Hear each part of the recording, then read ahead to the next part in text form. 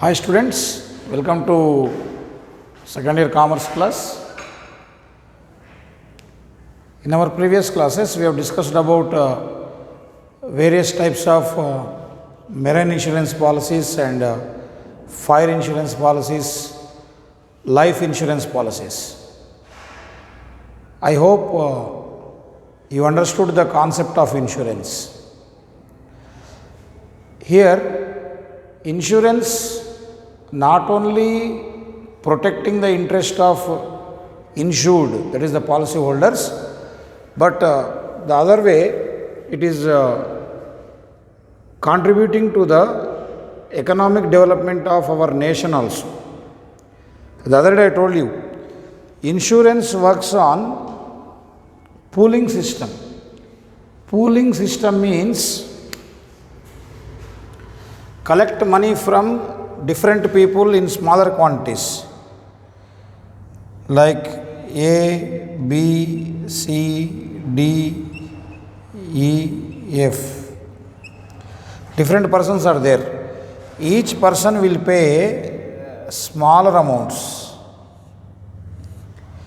Say each is contributing 1000 rupees, say. So 1, 2, 3, 4, 5, 6. So 6 members. 6 into 1000, 6000. Just this is the example.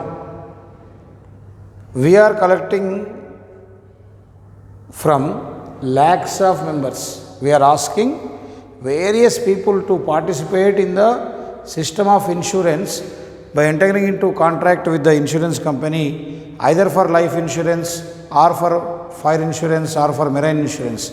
According to the risk involved, every individual is taking insurance policy to cover the risk or to protect himself or herself. So here, try to understand, when small amounts are collected from large number of people, it is called as pooling system. Even lottery also works on the same manner. Many times we see you won 1 lakh rupees lucky lottery. So that 1 lakh rupees is not paid by the lottery company. Many times, right now in India, lotteries are banned, but in foreign countries still they are existing. Many times you see in social media, newspapers that in so and so country, particular person won the lottery bumper prize worth so many millions, and all of a sudden he has become very rich. Okay, that's how it happens. Many people in India, when they were working in Dubai, they purchased the lottery tickets, and after coming back to India, they will get the news that they won the lottery, so they will get crores of rupees. So how come that lottery company pays such huge sums to the ticket buyer? It's very simple. If I am managing the lottery company, if someone is the winner, I don't pay from my pocket, because already I have sold 1 lakh tickets to different persons who have got that zeal of winning lottery money. So I will sell off 1 lakh tickets. So every individual thinks that I am paying only 1 rupee. Let it go, or I am paying 10 rupees, let it go, very small amount. गए तो 10 रुपये गए, आए तो 1 लाख रुपये आते. That is the concept. It is the psychology of the human being. So that person will sell 1 lakh tickets of each 1 rupee. Every individual thinks that I am paying only 1 rupee, it doesn't matter for me. But when this 1 rupee is collected from 1 lakh members, it becomes 1 lakh rupees. Got my point? So small amount of money is collected from large number of people and paid to the winner in case of lotteries. In case of insurance, to whom we pay the money? Can you tell me? We pay money to the suffered. जिसको नुकसान हुआ उनको पे करते हैं अपन. The insurance company will pay the money to the suffered. That means the person who got his goods or property damaged or who lost or the family which lost the earning person when the policyholder dies, then the insurance company pays the compensation. Clear? So, here you can understand. When these people are paying small amount, 1,000 rupees, so like that if you collect money from 60,000 members, it will become 6 crores. So like that, in pooling system, we involve large number of people and that huge sum is collected, that is used as investment. Whatever the money we have collected, it is not only paid to the suffered, but the premium collected, the premium paid by the policyholders is invested in various joint stock companies in the form of shares, debentures and mutual funds. Why I am telling all this thing is, insurance is nowadays very much involved in the society. At least 30 to 40% of the population of India are involved either directly or indirectly into the insurance business. In the recent olden days, insurance was taken only by the people who has the threat of some damage, only business community, and when it was compulsory, mandatory for vehicles, we were going for insurance. But nowadays, it has become common where a individual from middle class economy, middle class society also thinking that with the help of insurance, he can multiply his wealth, he can protect his family, he can safeguard his interests. So, like that slowly, though it is not on par with the developed economies like America or Germany, but in India also, slowly people are getting involved in the insurance concept. They are either directly or in the indirect manner, they are participating in the insurance activities. Now you try to understand, when insurance is spreading like anything in the society and more people are involved and they are paying their hard earned money in the form of premium, there must be some control over these activities. As many times I told you, whenever there is a public interest, when public are investing their hard earned money, like we discussed in the stock exchange and joint stock system,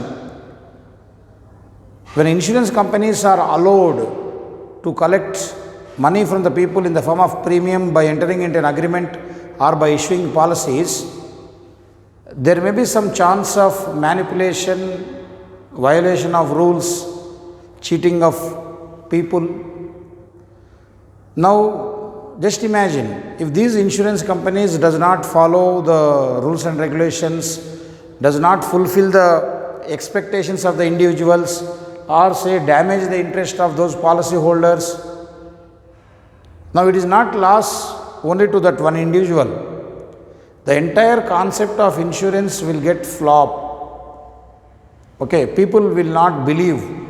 Okay, like for example, if a lecturer is teaching tuition to 1 or 2 students, if that lecturer is not efficient, only those 2 students may struggle.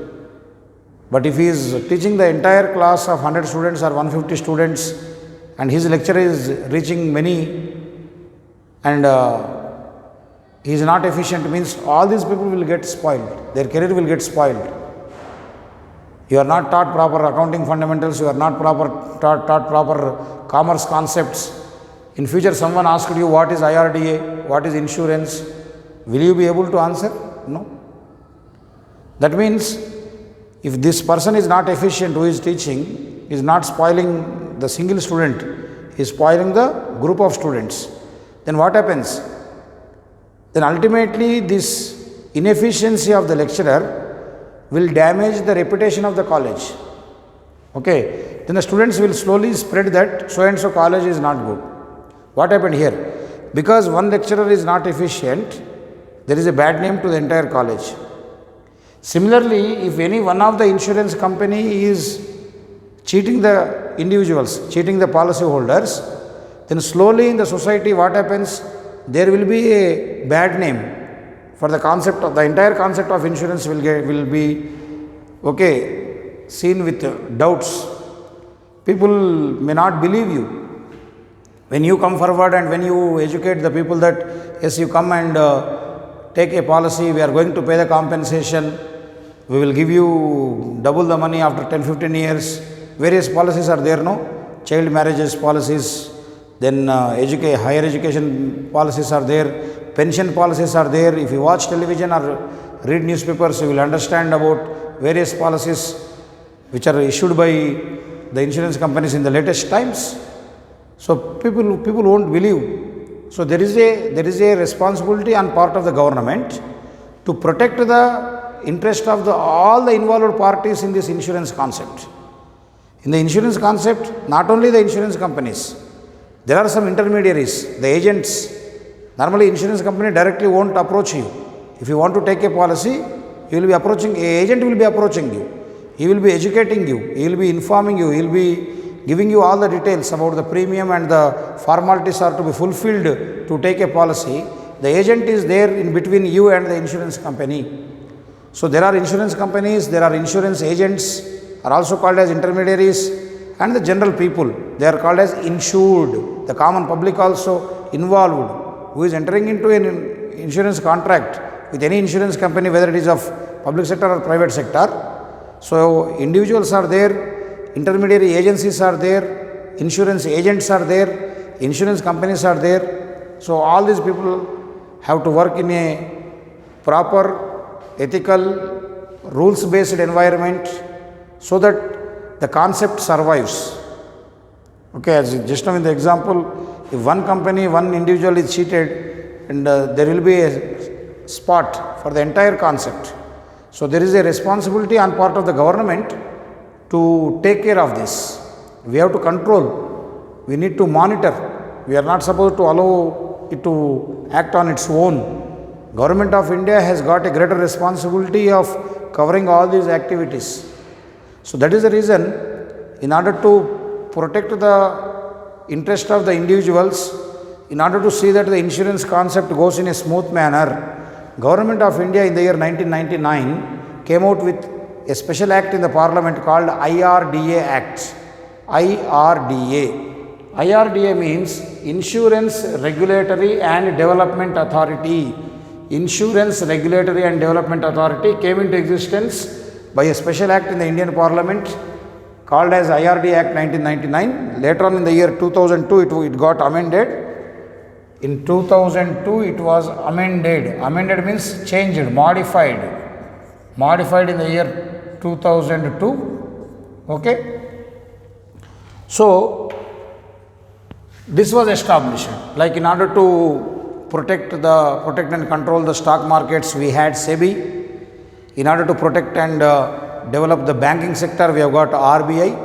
Similarly, to protect and safeguard and to develop insurance sector, we have got IRDA. Insurance Regulatory and Development Authority was constituted by Government of India according to the special act called IRDA Act 1999. Then it was modified in the year 2002 called amended 2002 Act. Now who will be there? Who is going to take care of all these activities? Who is going to frame the rules and regulations? Who is going to supervise? That is called as composition. So in IRDA, there will be a chairperson, then there will be some members. Members should not exceed 9. Maximum number of members can be 9. All these members and the chairperson are appointed by Government of India, that is Prime Minister. Then, out of these 9 members, 5 members will work for full time. Okay, that means till their retirement they will be working. And these members should have, who is eligible to become the member of that IRDA, who is eligible to become the chairperson of that IRDA, is the persons who have got knowledge in the field of life insurance or general insurance or legal aspects. They might have experience in law, and the people should be fair, that means not selfish. They should have the zeal of developing society. Such type of members are selected by Government of India and they are appointed as members of IRDA. So out of them 5 members are full timers, remaining members can be part time, and the members can work up to a period of 5 years. Their term of office is 5 years. Okay. Now powers and functions of IRDA. What IRDA has to do? Okay, now IRDA has got chairperson, they have got some members. Clear? Now once it is formed, what it is to do?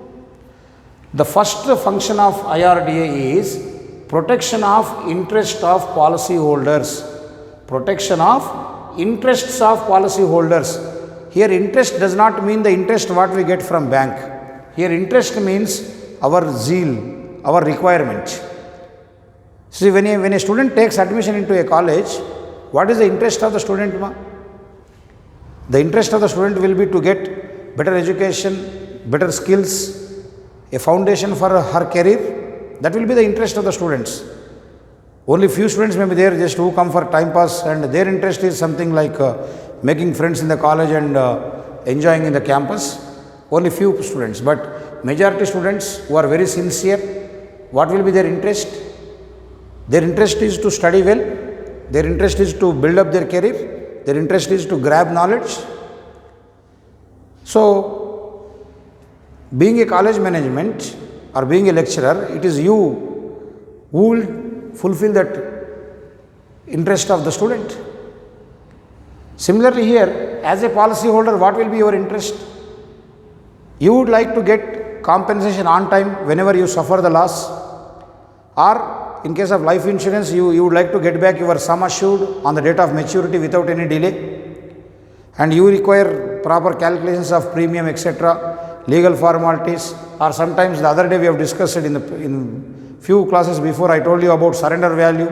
When you are not able to pay the premium, you say that your policy is surrendered, you want your money back. All such are called as interests of the policy holders. Your interest is to get your money back on time with proper bonus. Always we take insurance policies in case of life insurance and money back policies to multiply our wealth, to double our income. So that is all to be done. So the IRDA has to see that the policy holders' interest is very much protected. Insurance companies pay compensation on time. That is to be done. Then specifying the requisite qualifications and practical training for insurance agents. It is very important now. The development of insurance business much depends upon the ability of insurance agents, because many times individual policy holders may not aware of the insurance concept. He is the person who is agent has to aware the individual regarding the policy benefits. What are the benefits by taking a policy for life or for property, for education? Various policies are there. He has to counsel the individuals, convince them to take a policy. So, the ability of insurance agents does matter here. Like say, you may have a better college campus, a well educated principal, very posh, okay, everything is good. But if lecturer is not good, the education will not reach the student. Similarly, insurance companies may be giving lot of benefits, etc., etc. But if insurance agent is not good, that message will not reach the policy holders. So, insurance agents are the intermediaries. They are in between the insurer and the insured. That means between the people and the insurance companies. So, these agents have to work properly. So, this IRDA is going to decide what will be the qualification of agents, etc.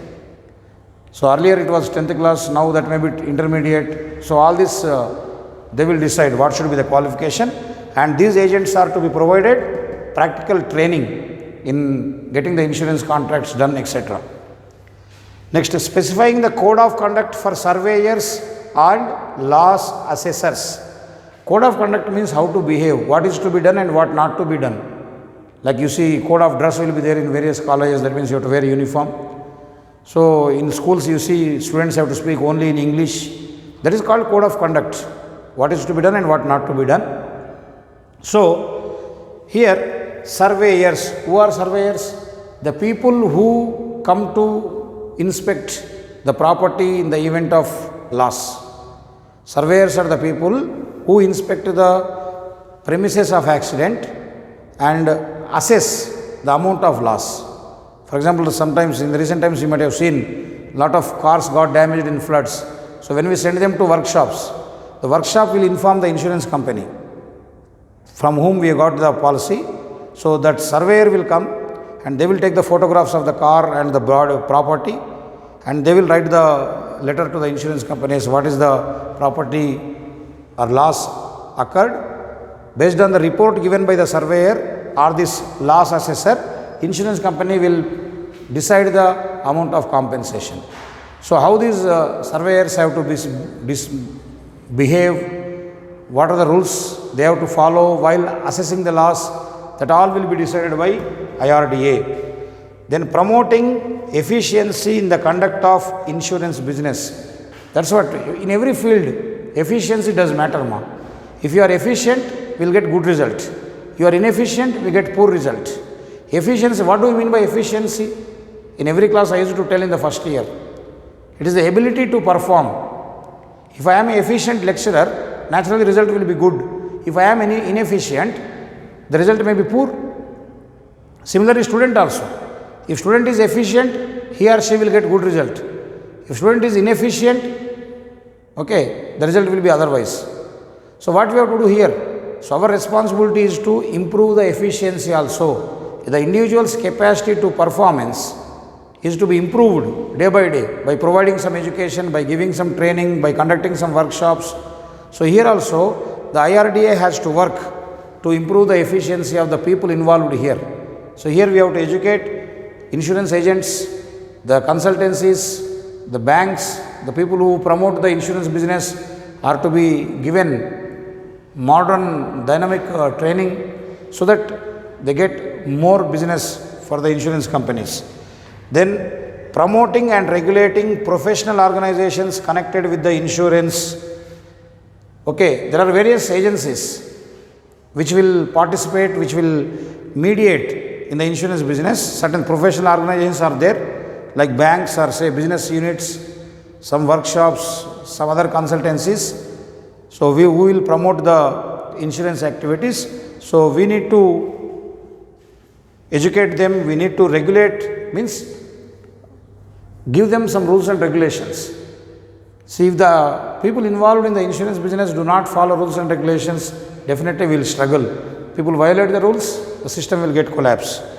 Then regulating investment of funds. I told you here, whatever the premium we are paying, that is invested into the shares and debentures of various joint stock companies. So we need to regulate, means what proportion of funds are to be invested in shares, what proportion of funds are to be invested in debentures. This is to be decided. Because see, it is not the money of insurance companies, it is the money of the people. So if you take money from people and you blindly invest somewhere else and you tell later that, sorry, I lost everything, I cannot repay you, who will struggle here? The entire nation, the society will struggle, because policyholders are part of society. Their hard-earned money, they have paid premium. And without any calculation, without any experience, you have invested somewhere blindly, then you made the people suffer, means it is unfair. So that is the reason IRDA has to regulate that how the investment is to be done, what proportion of premiums collected from the people are to be invested. So what are the rules we have to follow, that will be decided by IRDA. Then the last one is adjudication of disputes between insurers and intermediaries. In case of insurance contracts, many times, the other day also I told you, there will be various disputes, means regarding the payment of compensation, amount of loss decision, or say delay in payment. There may be so many court cases. So this IRDA has to intervene and it should see that the cases, the disputes are solved in quick time, and educate the people and make sure that people are not suffered with delay in payment of compensation. Unnecessary troubles are to be avoided to the policyholders, so that we can enhance the confidence on the concept of insurance. Okay, so these are the powers and functions of IRDA. With this, insurance chapter is completed. Next class I will go for next lesson.